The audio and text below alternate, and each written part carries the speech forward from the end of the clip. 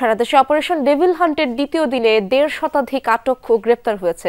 গাজীপুরে অন্তত ১০০ জনকে গ্রেপ্তার করা হয়েছে। পুলিশ জানায় রোববার রাত থেকে বিভিন্ন স্থানে অভিযান চালিয়ে জেলার জয়দেবপুর থানায় ৬ জন, শ্রীপুরে ৫, কালীগঞ্জে ৪, কাপাসিয়ায় ৩ এবং কালিয়াকৈরে ৩ জনকে গ্রেপ্তার করা হয়েছে। এছাড়া মহানগরের ১১ থানায় অভিযান চালিয়ে হেফাজতে নেওয়া হয় ৭৯ জনকে।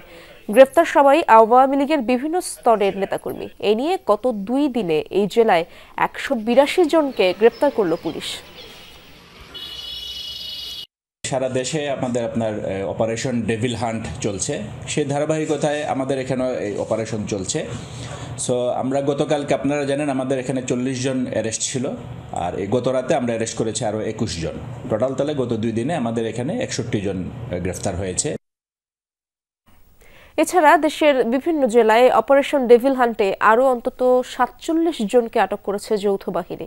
এর মধ্যে রংপুরেই গ্রেপ্তার করা হয় ৩০ জনকে। পুলিশ জানায় এর মধ্যে মহানগরী থেকে ৫ এবং বিভাগের ৮ জেলা থেকে ২৫ জনকে গ্রেপ্তার করা হয়। এরা সবাই আওয়ামী লীগ এর সহযোগী সংগঠনের বিভিন্ন পর্যায়ের নেতাকর্মী।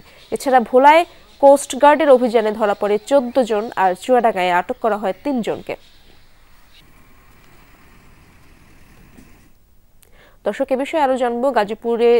গাজীপুর থেকে যুক্ত হচ্ছেন আমার সহকর্মী হোসেন আলী বাবু। হোসেন আলী, আসামিদের কখন আদালতে হাজির করা হবে এবং এ ব্যাপারে কি বলছে পুলিশ? ইসরাত, ইতিমধ্যে কিন্তু এই থানায় আসামিদেরকে নেওয়ার জন্য যে প্রিজন ভ্যানটি সেটি কিন্তু আনা হয়েছে।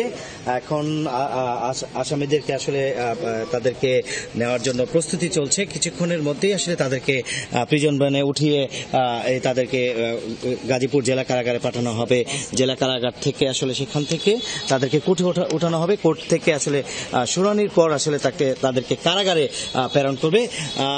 এছাড়াও আসলে গাজীপুরে এখন পর্যন্ত প্রায় আজকে ডেভিড হান্ট যে অভিযান, সেই অভিযানে ১০০ জনের মতো গ্রেপ্তার হয়েছে। এর মধ্যে ৫ জেলায় গ্রেপ্তার হয়েছে ২১ জন এবং মহানগরের ১৩টি থানায় গ্রেপ্তার হয়েছে ৭৯ জন। এই মোট ১০০ জন গ্রেপ্তার হয়েছে।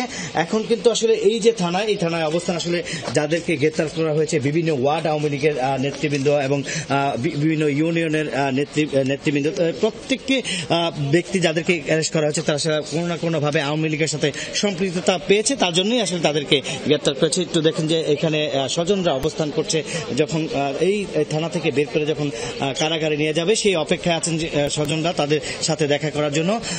এখন কিন্তু আসলে তাদের যে এখানকার যে মামলা, সেই মামলাগুলো হচ্ছে যে ৫ই আগস্টের পরে যে হত্যা মামলাগুলো হয়েছে, বিস্ফোরক মামলা হয়েছে এবং নাশকতা মামলা, প্রত্যেকটি মামলায় তাদেরকে আসলে গ্রেপ্তার দেখিয়ে কারাগারে পাঠানো হবে, এমন তথ্যই কিন্তু আমাদেরকে নিশ্চিত। এছাড়া কিন্তু যে সিরাজগঞ্জ ৬ আসনে যে এমপি চয়ন ইসলাম, তাকে কিন্তু আসলে এই থানার কোনো মামলায় তাকে গ্রেপ্তার হয়নি, গ্রেপ্তার দেখানো হবে না। তাকে সিরাজগঞ্জের যে নাশকতা ছাড়া কয়েকটি মামলা রয়েছে সেই মামলায় তাকে সিরাজগঞ্জে পাঠিয়ে দেওয়া হবে বলে জানিয়েছেন এখানকার অফিসার ইনচার্জ জয়নাল আবেদিন।